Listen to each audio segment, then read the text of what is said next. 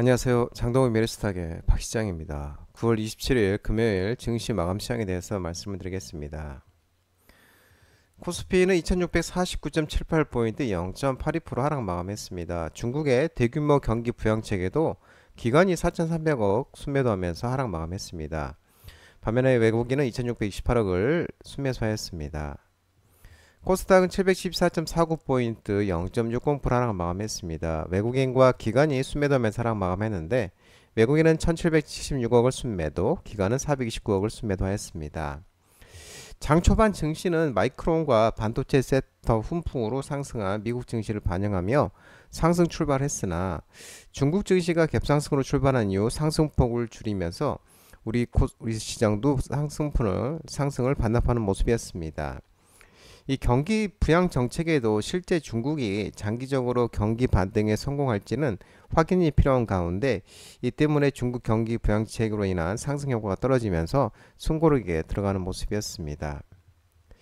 원달러 환율은 1318.60원 3시 30분 기준 0.65% 하락이었습니다. 중국의 경기 부양책에 이하나가 강세를 보이고 국내 증시 외국인 순매수 물량 등의 6개월 만에 원달러율은 최저 수준으로 하락하는 모습이었습니다. 오늘 테마 시장을 살펴보면 오늘은 메타버스, 가상현실, VR, 증강현실, AR 관련 종목들의 강세가 두드러졌습니다.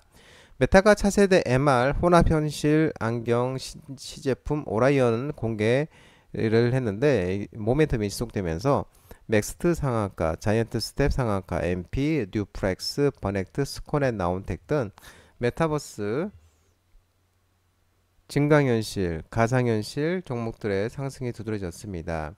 특히 맥스트는 유상증자 군리락 효과 발생 속에 상한가를 가는 모습이었습니다. 메타가 차세대 MR 환경 시제품 오라이언 공개 모멘텀이 지속되고 있는데 미국 캘리포니아에서 어제 MR 차세대 혼합현실 MR 안경 시제품 오라이언을 공개를 했었습니다. 이 검은색의 두꺼운 뿔테 안경처럼 생긴 오라이언이 안경처럼 쓰면서 문자 메시지는 물론 화상통화, 유튜브 동영상까지도 볼 수 있다고 합니다.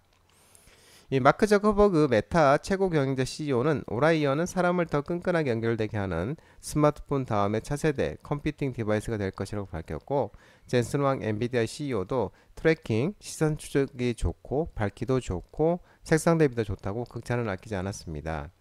이에 업계 관계자들은 스마트 안경은 헤드셋과 달리 소비자와 기기 간의 상호작용을 혁신할 수 있는 잠재력을 갖고 있다면서 이 오라이언은 혁신적인 3D 컴퓨팅 플랫폼이 실제로 유용하게 사용할 수 있는 미래를 위한 발판을 마련했다고 밝히고 있는 모습입니다.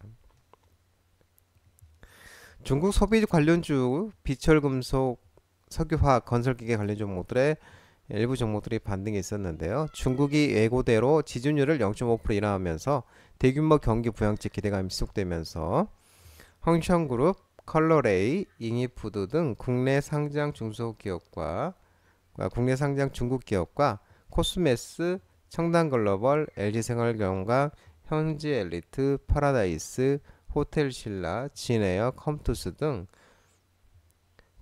화장품, 패션, 의류, 카지노, 면세점, 항공적항공사, 게임, 모바일 게임 등 이런 중국 소비 관련주들이 상승을 했습니다. 아울러 중국의 대규모 경기 부양책 발표에 따른 시크리컬 업황 회복 기대감에 알맥, 풍산, 프리엠스, 롯데케미칼, 현대제철 등 비철금속, 석유화학, 건설기계, 철강 주요 종목, 철강 중소형 종목 등도 관련 종목도 상승했습니다. 중국인민은행이 오늘 성명을 통해서 은행 지급 준비율을 0.5포인트 인하한다고 밝혔습니다.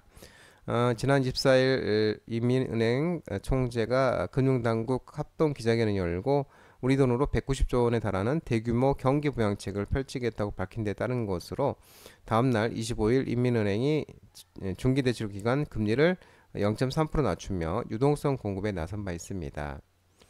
최근 인민은행이 대대적인 금리 인하 정책을 내놓으며 경기 부양 의지를 드러내는 가운데 전일 언론에 따르면 중국 공산당 중앙정치국 회의에서 재정과 통화정책의 역주기 조절 강도를 높이고 필요한 재정 지출을 보장해야 한다는 소식이 전해졌습니다. 시장에서는 중국 정부가 경기 둔화에 대응하기 위한 부양 조치를 이어가겠다는 의미로 해석되고 있습니다. 아울러 중국 당국이 대형 국영은행들의 최대 1조 이안 약 189조 3,300억 원을 투입하는 방안을 검토 중이고, 이 저소득층을 위한 현금 지원 정책과 청년 실업 대책을 발표했다는 소식도 전해지고 있습니다. 상하이 정부는 또 국경절 연휴를 앞두고 소비 촉진 목적으로 5억 위안의 쿠폰을 발행할 것으로 밝혔습니다. 웹툰 관련 종목들에 오늘 반등이 있었는데요. 웹툰 엔터테인먼트가 10.91% 미국에서 급등하면서 핑거스토리, 와이랩, 미스터블루, 키다리 스튜디오 등 일부 웹툰 관련 종목들이 반등이 있었습니다. 지난밤 미국 증시가 마이크론 실적 호조와 미국의 경제 연착륙 기대감에 부각하면서 상승한 가운데, 미국 증시에 상장된 네이버 웹툰 모회사 웹툰 엔터테인먼트가 10.91%로 상승했습니다. 또한 한편 제8회 부산 글로벌 웹툰 페스티벌이 10월 3일부터 6일 부산 해운대 센텀시티 부산문화 콘텐츠 콤플렉스 일대에서 나흘간 개최될 예정이라고 합니다. 올해는 평양우주의 영화가 웹툰으로 존재한다는 웹툰 더 무비 멀티 유니버스라는 주제로 부산 지역 웹툰 작가들을 비롯한 국내의 웹툰 작가 180여 명이 참여해 웹툰과 영화를 융합한 새로운 즐거움을 선사할 예정이고, 웹툰 작품 전시회, 시상식 등 공식 행사와 컨퍼런스, 비즈니스 상담회 등 기업 간 거래, B2B 행사, 다양한 무대 행사, 부대 행사를 구성해 웹툰 작가들과 웹툰 에이전시 등 관련 기업과 시민들이 다 같이 즐길 수 있는 행사로 진행된다고 합니다. 식량, 해운, 종합원료 관련 종목들이 오늘 오후에 반등이 있었는데요.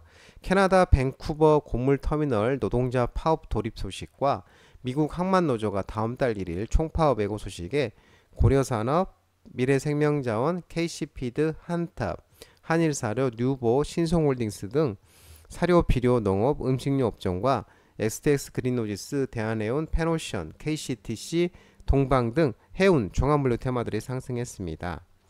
캐나다 밴쿠버에 있는 6개 곡물터미널 노동자 650여 명이 파업에 들어간 것으로 전해졌는데, 이 노조와 터미널 운영업체가 작년 말 만료된 단체벽을 경신하기 위해 협상해 왔지만 임금과 복리후생 등에서 접점을 찾지 못했다고 알려졌습니다. 캐나다는 세계 최대 카놀라유 유채씨 수출 기름인데요. 세계 최대 카놀라유 수출국이자 러시아, 호주, 미국에 이어 세계 4위 밀 수출국으로 키스톤 농업 생산자 협의회에 따르면 작년에 캐나다 전체 수출량의 약 70%에 달하는 이 곡물 2,700만 톤이 이 터미널을 거쳐갔다고 합니다. 이 하루에 곡물 10만 톤이 쌓이기 시작하면 매일 3,500만 달러, 약 465억 원의 비용이 발생할 수 있다고 전해지고 있습니다. 아울러 또 미국 동부와 걸프 연합 한국 부도 노동자를 대표하는 국제항만노동자협회 IRA가 협회 설립 50년 만에 처음으로 파업을 벌일 가능성이 커지고 있는데, 국제항만노동자협회 IRA가 기존 계약 만료인 오는 30일, 9월 30일까지 사용자 측인 미국 해운연합과 합의가 이루어지지 않을 경우 다음 달 1일부터 파업에 나설 예정인데, 이 IRA는 향후 6년간 77%의 임금 인상을 요구하는 반면 USMX 미국 해운연합회에서는 시간당 1달러 인상한 32% 수준을 제시한 것으로 알려지고 있습니다. 업계에서는 미국 정부가 파업을 막기에 개입을 할 것으로 기대했지만, 최근에 조 바이든 대통령이 항만노조가 행동에 나서는 것을 막지 않을 것이라고 밝히면서 파업 가능성이 더 커진 상태입니다. 파업이 현실화되면 선복 부족 문제가 심화하고 추가적인 해상 운임 상승으로 이어져 물가 상승과 공급망 위기가 발생할 수 있다는 우려도 나오고 있습니다. 2차전지 전기차 일부 종목들의 상승이 있었는데요. SEV 글로벌 판매 증가 기대감 소식에 전기차 판매 증가 기대감 소식에 광무, 코스모화학, 자이글, WCP, SKI 테크놀로지, 에코프로모트 일부 2차전지 전기차 관련 종목들이 상승했습니다.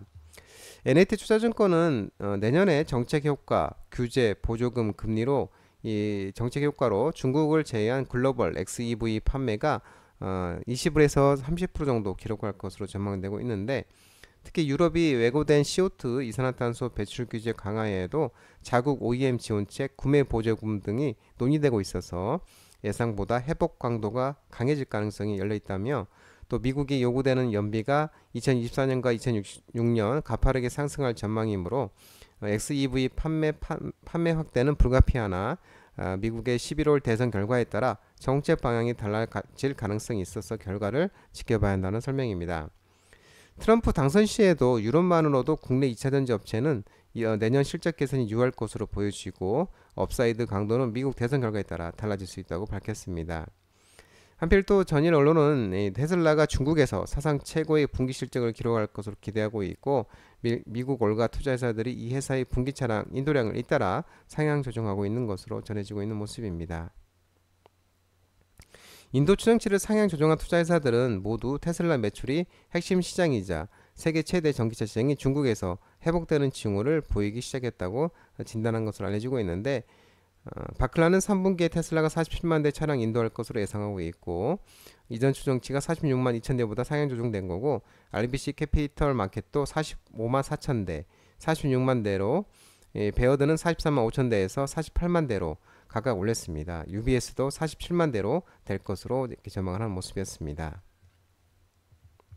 정유 LPG 도시가스 관련 종목들이 하락을 했습니다. 사우디발 온유 공급 부담 소식에 국제유가가 하락하면서 S오일, SK이노베이션, GS, 대성산업, 흥구석유, 대성에너지, GS 등 정유 LPG, 액화석유가스, 도시가스 관련 종목들이 하락을 했습니다.